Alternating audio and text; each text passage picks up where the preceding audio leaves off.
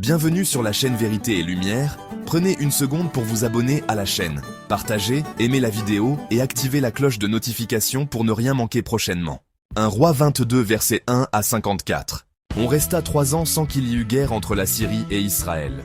La 3e année, Josaphat, roi de Juda, descendit auprès du roi d'Israël. Le roi d'Israël dit à ses serviteurs, « Savez-vous que Ramoth, en Galaad, est à nous ?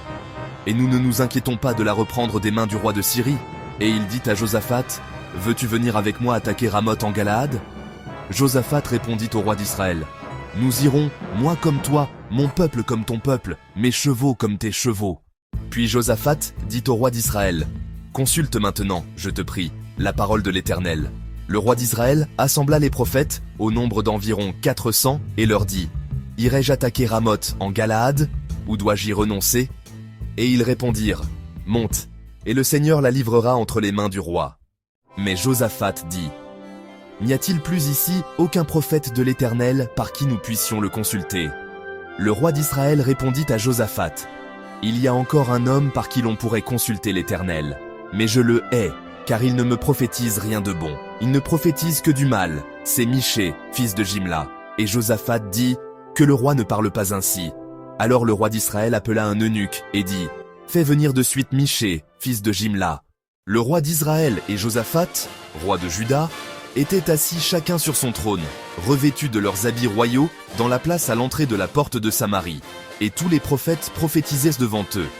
Sédécias, fils de Kenaana, s'était fait des cornes de fer, et il dit, « Ainsi parle l'Éternel, avec ces cornes, tu frapperas les Syriens jusqu'à les détruire. » Et tous les prophètes prophétisèrent de même, en disant, « Monte à Ramoth en Galaad, tu auras du succès, et l'Éternel la livrera entre les mains du roi. » Le messager qui était allé appeler Michée lui parla ainsi, « Voici les prophètes, d'un commun accord, prophétisent du bien au roi. Que ta parole soit donc comme la parole de chacun d'eux. Annonce du bien. » Michée répondit, « L'Éternel est vivant. J'annoncerai ce que l'Éternel me dira. » Lorsqu'il fut arrivé auprès du roi, le roi lui dit, « Michée, irons-nous attaquer Ramoth en Galaad, ou devons-nous y renoncer ?» Il lui répondit, « Monte, tu auras du succès, et l'Éternel la livrera entre les mains du roi. » Et le roi lui dit, « Combien de fois me faudra-t-il te faire jurer de ne me dire que la vérité au nom de l'Éternel ?» Michée répondit, « Je vois tout Israël dispersé sur les montagnes, comme des brebis qui n'ont point de berger. Et l'Éternel dit, « Ces gens n'ont point de maître, que chacun retourne en paix dans sa maison. » Le roi d'Israël dit à Josaphat, « Ne te l'ai-je pas dit ? Il ne prophétise sur moi rien de bon, il ne prophétise que du mal. » Et Michée dit, « Écoute donc la parole de l'Éternel. J'ai vu l'Éternel assis sur son trône, et toute l'armée des cieux se tenant auprès de lui, à sa droite et à sa gauche. » Et l'Éternel dit, « Qui séduira Achab pour qu'il monte à Ramoth en Galaad et qu'il y périsse ?» Ils répondirent l'un d'une manière, l'autre d'une autre. Et un esprit vint se présenter devant l'Éternel et dit, « Moi, je le séduirai. » L'Éternel lui dit, « Comment ? Je sortirai, répondit-il, et je serai un esprit de mensonge dans la bouche de tous ces prophètes. » L'Éternel dit, « Tu le séduiras, et tu en viendras à bout. Sors, et fais ainsi. Et maintenant, voici, l'Éternel a mis un esprit de mensonge dans la bouche de tous tes prophètes qui sont là, et l'Éternel a prononcé du mal contre toi. » Alors, Sédécias, fils de Kenaana, s'étant approché, frappa Michée sur la joue, et dit, « Par où l'esprit de l'Éternel est-il sorti de moi pour te parler ?» Michée répondit, « Tu le verras au jour où tu iras de chambre en chambre pour te cacher. Tu diras, ainsi parle le roi, mettez cet homme en prison et nourrissez-le du pain et de l'eau d'affliction, jusqu'à ce que je revienne en paix. » Et Michée dit, « Si tu reviens en paix, l'Éternel n'a point parlé par moi. » Il dit encore, « Vous tous, peuple, entendez. » Le roi d'Israël et Josaphat, roi de Juda, montèrent à Ramoth en Galaad. Le roi d'Israël dit à Josaphat, « Je veux me déguiser pour aller au combat, mais toi, revêts-toi de tes habits. » Et le roi d'Israël se déguisa et alla au combat. Le roi de Syrie avait donné cet ordre aux 32 chefs de ses chars. « Vous n'attaquerez ni petit ni grand, mais vous n'attaquerez seulement le roi d'Israël. » Quand les chefs des chars aperçurent Josaphat, ils dirent, « Certainement, c'est le roi d'Israël. » Et ils s'approchèrent de lui pour l'attaquer. Josaphat poussa un cri. Les chefs des chars, voyant que ce n'était pas le roi d'Israël, s'éloignèrent de lui. Alors un homme tira de son arc au hasard et frappa le roi d'Israël au défaut de la cuirasse. le roi dit à celui qui dirigeait son char, « Tourne, et fais-moi sortir du champ de bataille, car je suis blessé. » Le combat devint acharné ce jour-là. Le roi fut retenu dans son char en face des Syriens, et il mourut le soir. Le sang de la blessure coula dans l'intérieur du char.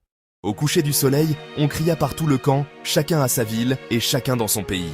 Ainsi mourut le roi, qui fut ramené à Samarie, et on enterra le roi à Samarie. Lorsqu'on lava le char à l'étang de Samarie, les chiens léchèrent le sang d'Achab, et les prostituées s'y baignèrent, selon la parole que l'Éternel avait prononcée. Le reste des actions d'Achab, tout ce qu'il a fait, la maison d'ivoire qu'il construisit, et toutes les villes qu'il a bâties, cela n'est-il pas écrit dans le livre des chroniques des rois d'Israël? Achab se coucha avec ses pères, et Achazia son fils régna à sa place. Josaphat, fils d'Asa, régna sur Juda, la 4e année d'Achab, roi d'Israël. Josaphat avait 35 ans lorsqu'il devint roi, et il régna 25 ans à Jérusalem. Sa mère s'appelait Azouba, fille de Shilchi. Il marcha dans toute la voie d'Asa, son père, et ne s'en détourna point, faisant ce qui est droit aux yeux de l'Éternel. Seulement, les hauts lieux ne disparurent point. Le peuple offrait encore des sacrifices et des parfums sur les hauts lieux. Josaphat fut en paix avec le roi d'Israël. Le reste des actions de Josaphat, ses exploits et ses guerres, cela n'est-il pas écrit dans le livre des chroniques des rois de Juda? Il ôta du pays le reste des prostituées, qui s'y trouvaient encore depuis le temps d'Asa, son père. Il n'y avait point de roi en Édom, c'était un intendant qui gouvernait. Josaphat construisit des navires de Tarsis pour aller à Ophir chercher de l'or. Mais il n'y alla point, parce que les navires se brisèrent à Etzjon-Guéber. Alors Achazia, fils d'Achab, dit à Josaphat, « Veux-tu que mes serviteurs aillent avec les tiens sur des navires ?» Et Josaphat ne voulut pas. Josaphat se coucha avec ses pères, et il fut enterré avec ses pères dans la ville de David, son père. Et Joram, son fils, régna à sa place. Achazia, fils d'Achab, régna sur Israël à Samarie, la 17e année de Josaphat, roi de Juda. Il régna 2 ans sur Israël. Il fit ce qui est mal aux yeux de l'Éternel, et il marcha dans la voie de son père, et dans la voie de sa mère, et dans la voie de Jéroboam, fils de Nébat, qui avait fait pécher Israël. Il servit Baal, et se prosterna devant lui, et il irrita l'Éternel, le Dieu d'Israël,